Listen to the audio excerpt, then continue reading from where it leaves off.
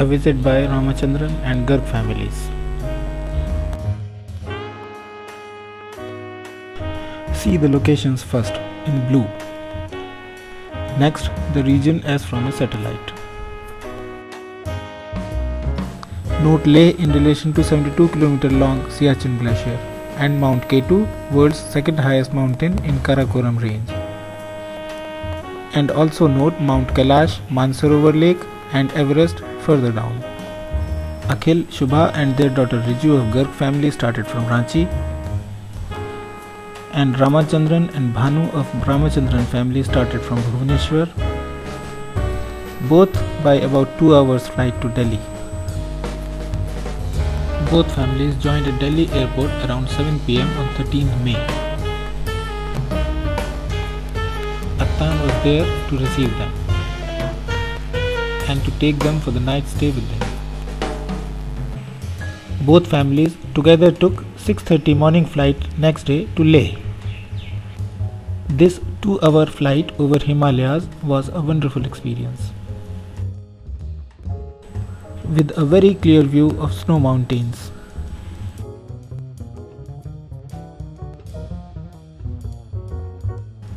And Himalayas,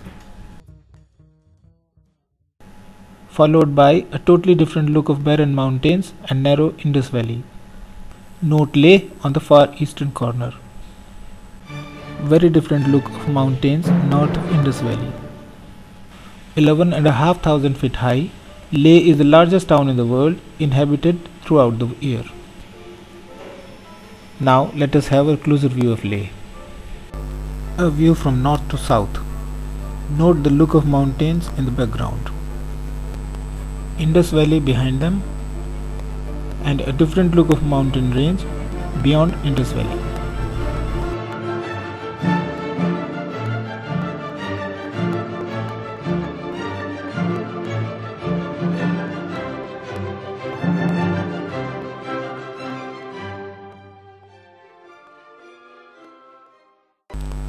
Are these mountains part of Himalayas? This trip would be appreciated more if we first know this.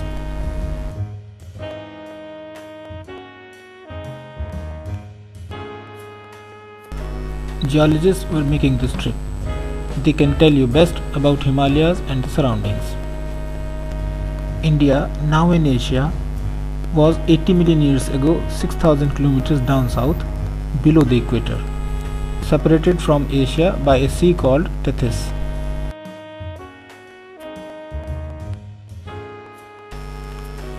This Indian plate then started moving northwards towards Eurasian plate at a very high speed, 16 centimeters everywhere. Isn't it very high speed? After closing Tethys Sea in between, it further moved beneath Eurasian plate, causing uprising and crumpling of edge rocks. And thus Himalayas were formed 20 million years ago. Indian plate is still moving northwards at 1/10 of that speed, still raising Himalayas by 5 mm every year. Nepal will disappear in 10 million years from now. After 250 million years, the world will look like this. Himalayas are not a single mountain structure. Many mountain ranges together make Himalayas. Foothills north of Indo-Gangetic Plain are called sub-Himalayas, of white color on left this cross section. These are less than 3,000 feet high. Dehradun, Jammu etc. lie on it. Then come lesser Himalayas, light brown here, 6 to 12,000 feet high. Srinagar lies on it. Then Great Himalayas, more than 20,000 feet high. All high Himalayan peaks are here. Followed by Tethys Himalayas, blue colored here, having thrusted up oceanic rocks of Tethys Sea. This is followed in north by Indus Suture zone, green colored. This marks the zone of collision of Indian and Eurasian plates and also marks the northern limit of Himalayas. Further north is Ladakh Plateau, existed before Himalayas, at the edge of Eurasian plate. Leh is on this rock mass, not belonging to Himalayas or Indian plate. This is why Leh is geologically and physiologically very different and unique, presenting most spectacular continental arc facies on the earth. In local language, Ladakh means land of high passes. It is also called mountainous desert. We had started from Delhi on 14th May, where the temperatures were more than 40 degrees Celsius. On reaching Leh, aircraft staff announced the outside temperature is 12 degrees. We got scared as we didn't have woolens out with us. But light cottons were quite comfortable outside, even in 12 degrees. Because weather was clear and sunny, at 8:30 in the morning, sun rays can be very scorchy and cause even sunburns. Leh is at a high altitude of 11,500 feet, so posing a risk of high altitude sickness. At least on first day, one has to take rest to acclimatize. That is what we did in a guest house after landing there. Leh is a small town with a population of only about 30,000. It can be tracked on foot in about half an hour from one side to the other. Our Jochang guest house was in a suburb called Tukcha, just at about 15 minutes walk to main market,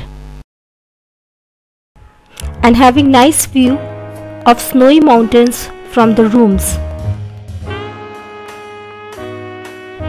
Apricot trees in the backyard, full of flowering.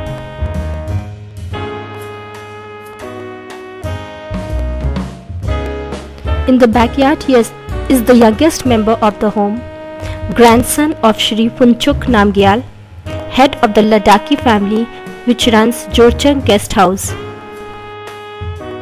1.5 years old, Jigmat Naru, here on the lap of his grandfather. On right after Riju is his great-grandmother, about 90 years old. On left is his grandmother and then Kunjan, his mother, younger daughter-in-law of the house and our main hostess. In the front, ever-smiling maid girl of the house, Dolma. Further left is daughter of the house. Other family members of the house were not present at the time of this photo. They are 3 sons, son-in-law and elder daughter-in-law. All share this common kitchen. This sitting-cum-dining place we used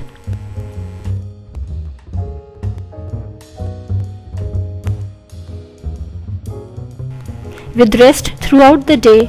On 14th, we were ready by evening to see the town. But let us first go in the past.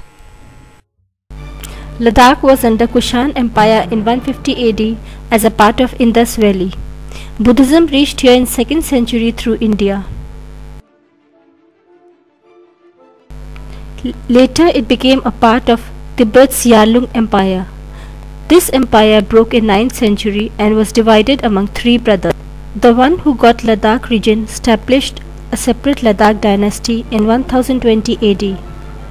Buddhism was further consolidated, which even survived the Islamic invasion of South Asia around 13th century. 2 centuries later, Islam came here from Central Asia through preachings. Ladakh remained independent till invaded for Maharaja Ranjit Singh in 1834 and was later incorporated in Jammu state in 1842. With that, it later became a part of British India and then of independent India with a total area of 1,18,524 square kilometer.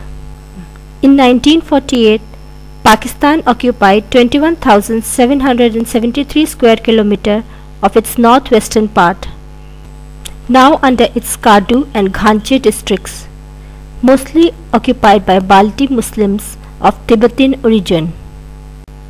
In 1962, China occupied another 37,555 square kilometers, now as China's Aksai Chin region, mostly deserted. After 1962, only half of Ladakh remained with India as its Leh district. In 1979, Kargil was carved out from Leh as a separate district. Still, Leh is the largest Indian district with an area of 45,110 square kilometers. Total population is only about 1,17,000 at only about 3 persons per square kilometer. Altitude varies from 9,000 to 25,000 feet. Ladakh is nicknamed as Little Tibet. Tibetan Buddhists make more than 81% population of Leh district. 3% are Hindus and 16% Muslims. We will see the imprints of this Buddhist culture throughout this trip. Leh as it looked 150 years ago in 1857.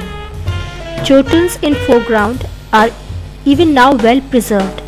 Leh Palace in background. It was the home of Namgyal kings till about 15 years ago, that is till 1842, when they were exiled to Stock on defeat and incorporation of Ladakh to Jammu state. The palace as it looks now from the town market. To the right is Namgyal Hill with ruins of fort built in 16th century as the royal residence till Leh Palace was constructed, and Namgyal Semu Gumpa, red, built in 1430 by the then Namgyal king. It has a 3-storied solid gold idol of future Buddha with other statues and manuscripts. Another view of palace from Leh market. This 9-storied palace is said to have inspired the famous Potala Palace in Lhasa, built about half a century later. The entrance. This palace was built in 17th century by King Singye Namgyal in the grand tradition of Tibetan architecture, now in ruins with Archaeological Survey of India.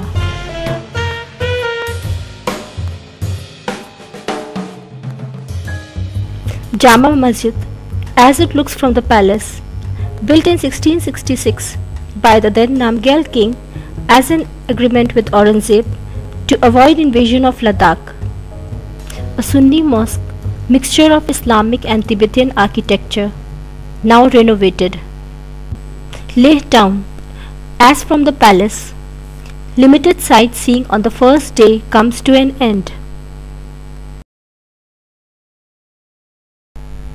On second day, that is 15th May, we were ready for an excursion towards south, without causing much exertion to continue acclimatization.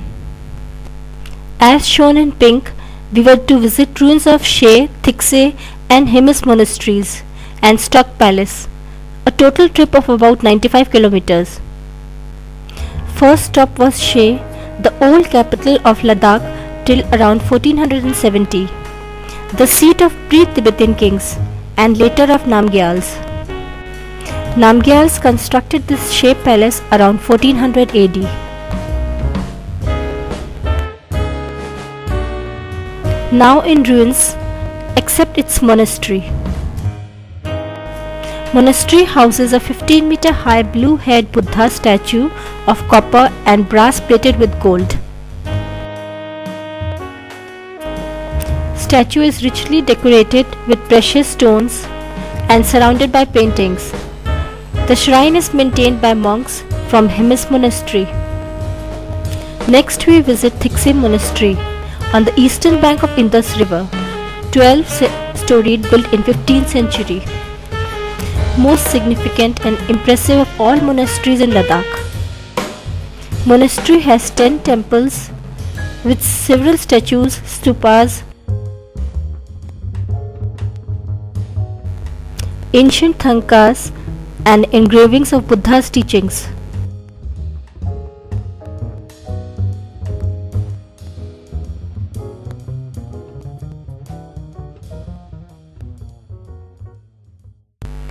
And a new temple inaugurated by Dalai Lama in 1980, having a gigantic 15-meter gold Buddha richly decorated, sitting in lotus posture.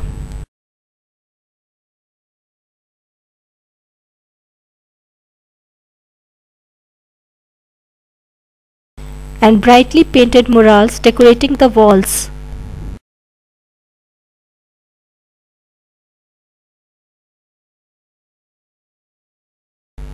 monastery also has a school.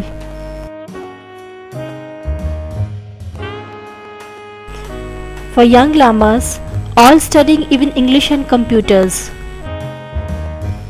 Who would not like to study in such an environment?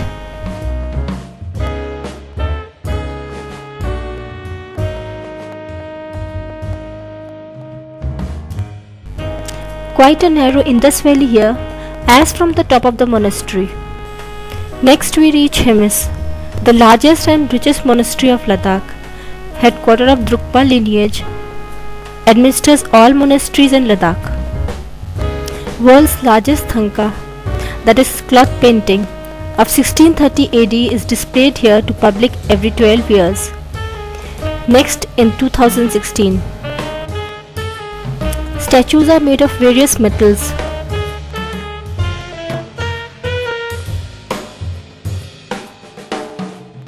And are gigantic.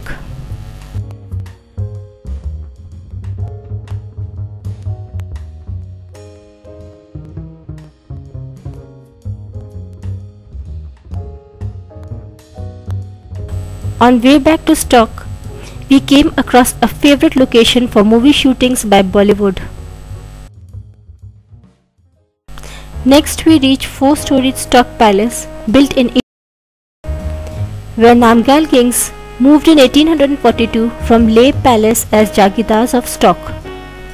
After defeat and incorporation of Ladakh to Jammu state, their descendants still live here.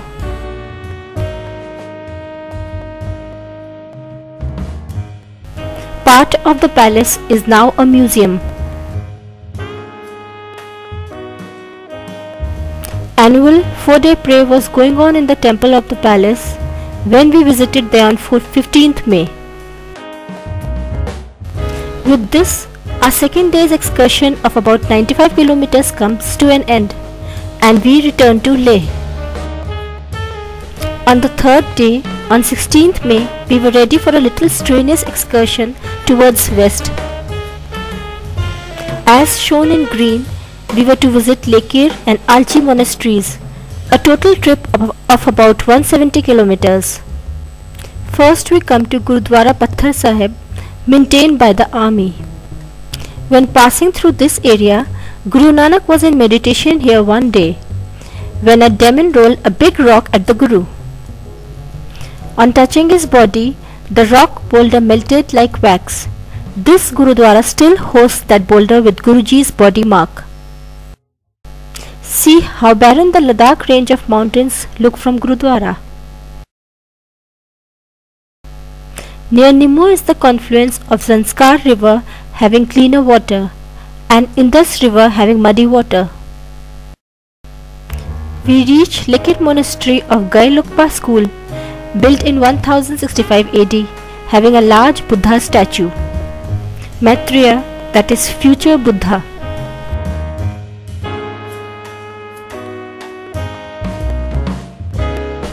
Also called Laughing Buddha.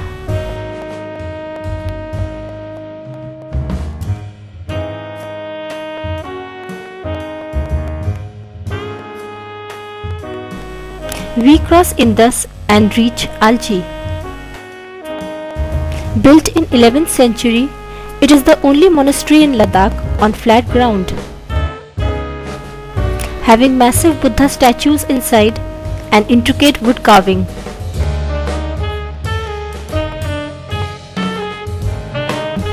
In Kashmiri style, done by Kashmiri wood carvers in 11th century.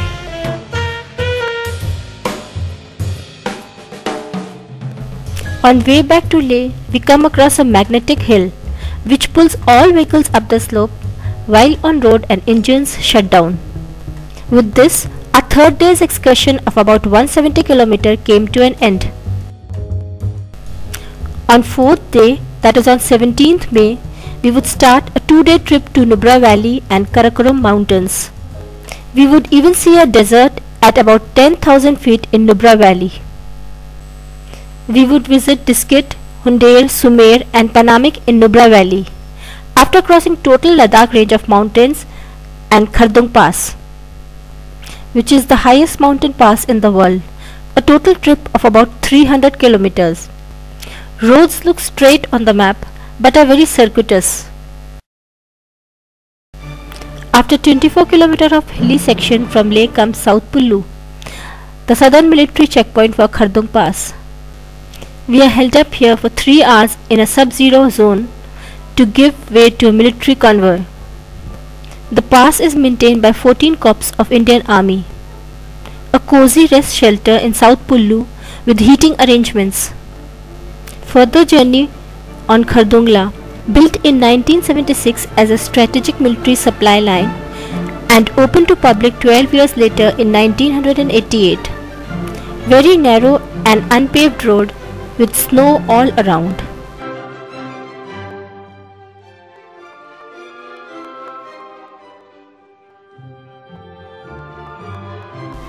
Top of the pass.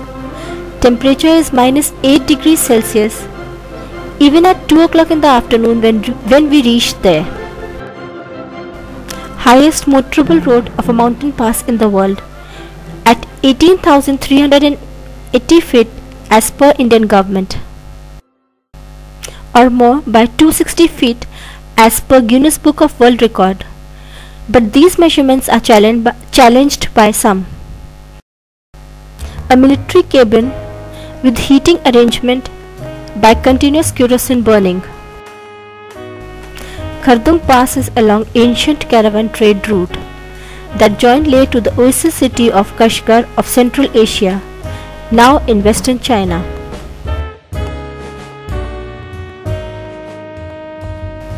Wildlife on way to North Pullu, the military checkpoint on northern side of the pass.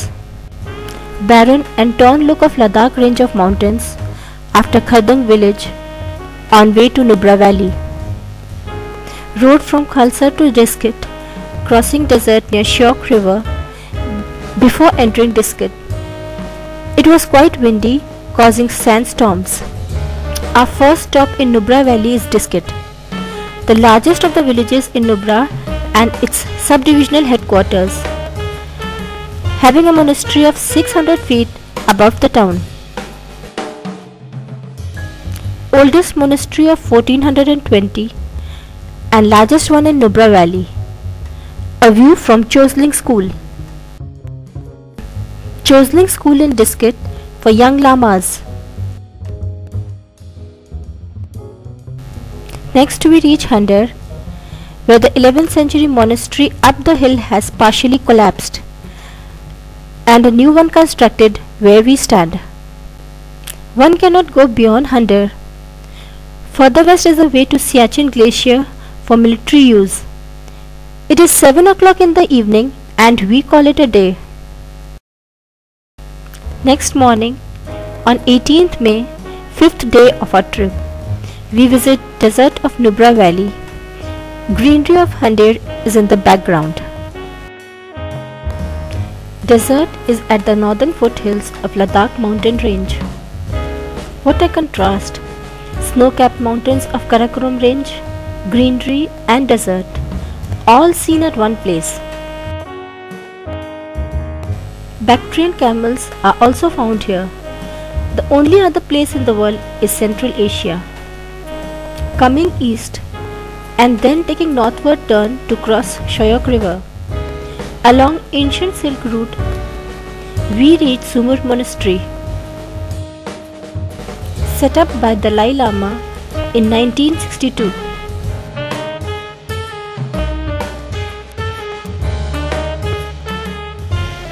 Monastery is on Karakoram mountain range, Nubra Valley in the background, Ladakh mountain range on other side of the valley. At 10,000 feet, a relatively warmer valley in Ladakh, making it ideal for crops and fruits to grow. From Sumur Monastery, east to west view of Nubra Valley, meaning Valley of Flowers.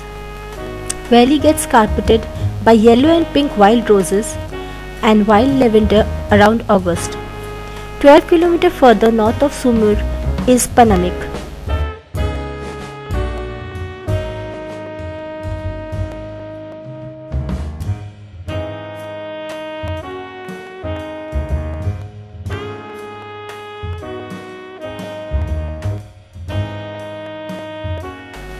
A small and sleepy village, northernmost point in India a tourist can go.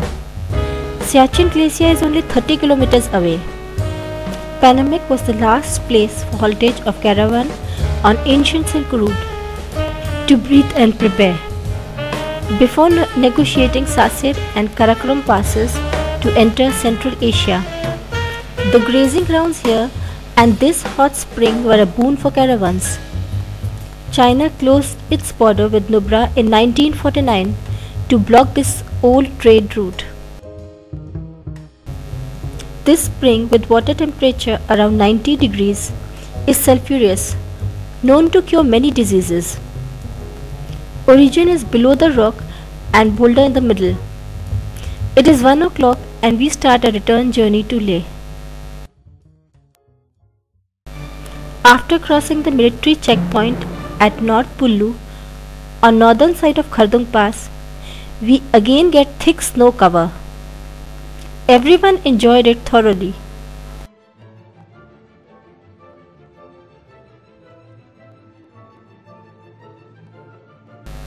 Looks are said to be better than Alps, where the heights are about 3000 feet lower.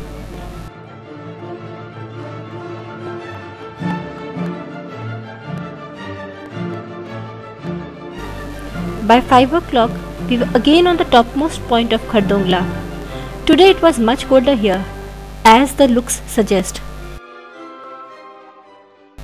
and very windy. Temperature was minus 15 degrees Celsius. By the time we come down to South Pullu towards Leh, some snowfall started. It was a unique experience. From snowfall to sandstorm, thick snow to desert, all within 50 kilometers radius, and within a day. We return to Leh and complete our 5th day of the trip. On 6th day, that is on 19th May, we would go to Pangong Lake, largest natural brackish water lake in Asia. More than 130 km long as an inland drainage of many river systems. Only 1/4 is in Leh district, rest in China. It would be a total trip of about 310 kilometers, first southwards from Leh, then taking an eastward turn from Karu and crossing Ladakh mountain range through Changla Pass. At 17,800 feet, this is third highest motorable mountain pass, just 580 feet lower than Khardung La. At 9 o'clock, the temperatures are around minus 10 degrees, but very enjoyable.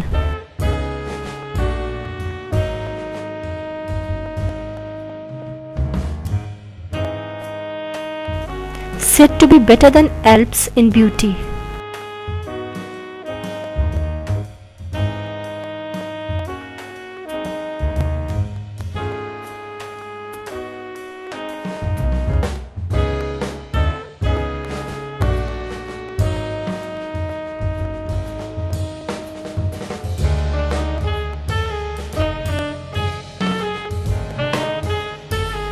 On crossing Changla and approaching Tangse, we were very asses.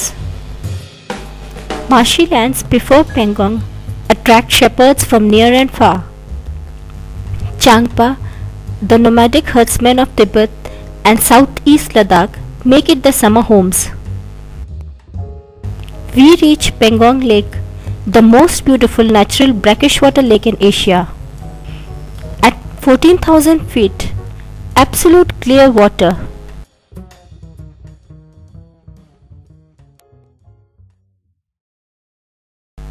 More than 130 km long, only 1/4 in India.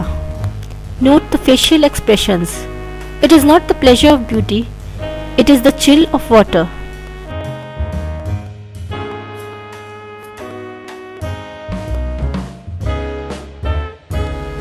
Changchenmo mountain range in the background, southeastern extension of Karakoram range. Ladakh is the only place in India where you can see the Karakoram mountain range.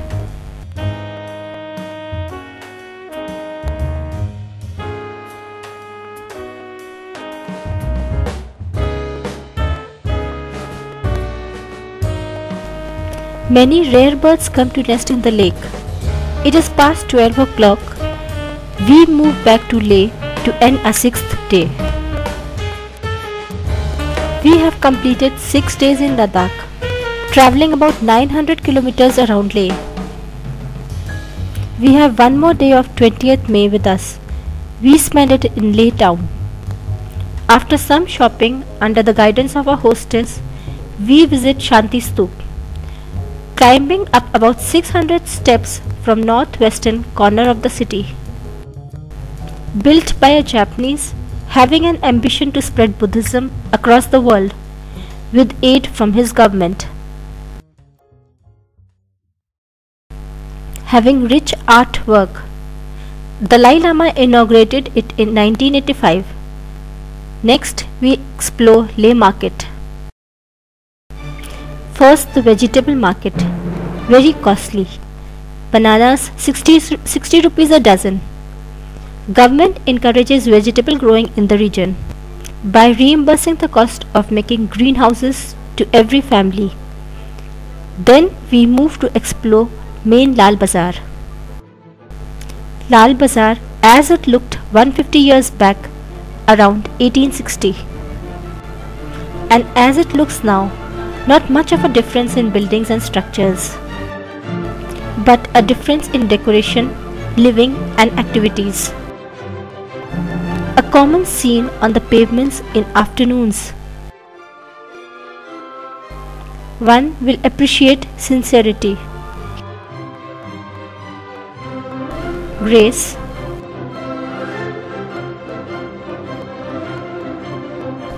and the charm.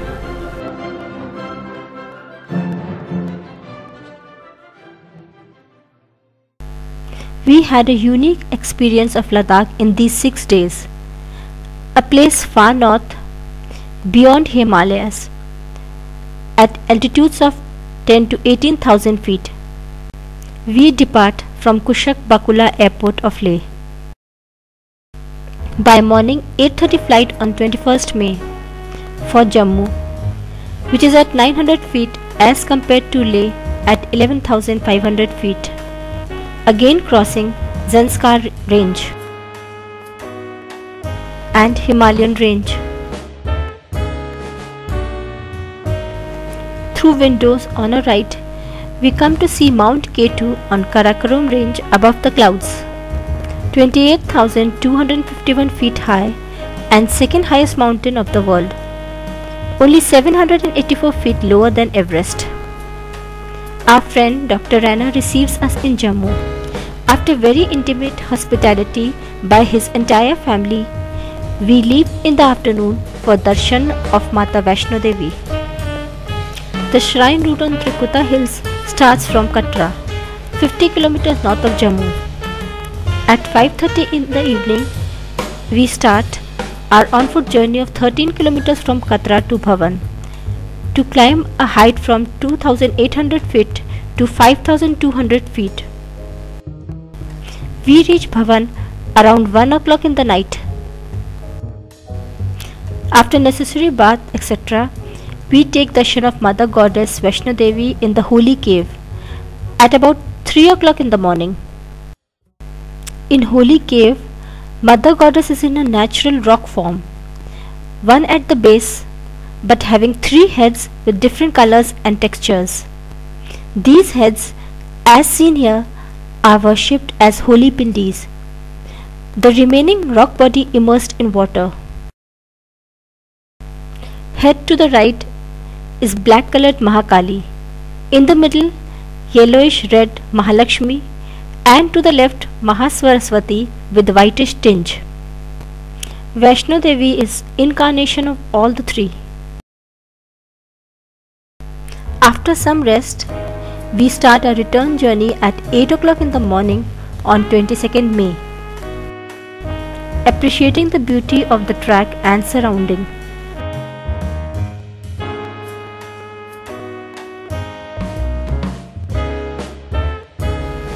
photography is not allowed inside the holy cave, so film studios have recreated it to be photographed. We are back to Katra by 1 o'clock on 22nd May.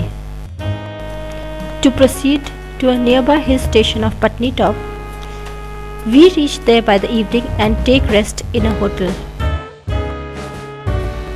Next morning, on 23rd May, we proceed to Sanasar, 19 km from Patnitop, 130 km from Jammu, at about 6,800 feet. A small cup-shaped meadow surrounded by conifers, now developed as a golf course. A nice place for a quiet holiday and leisure.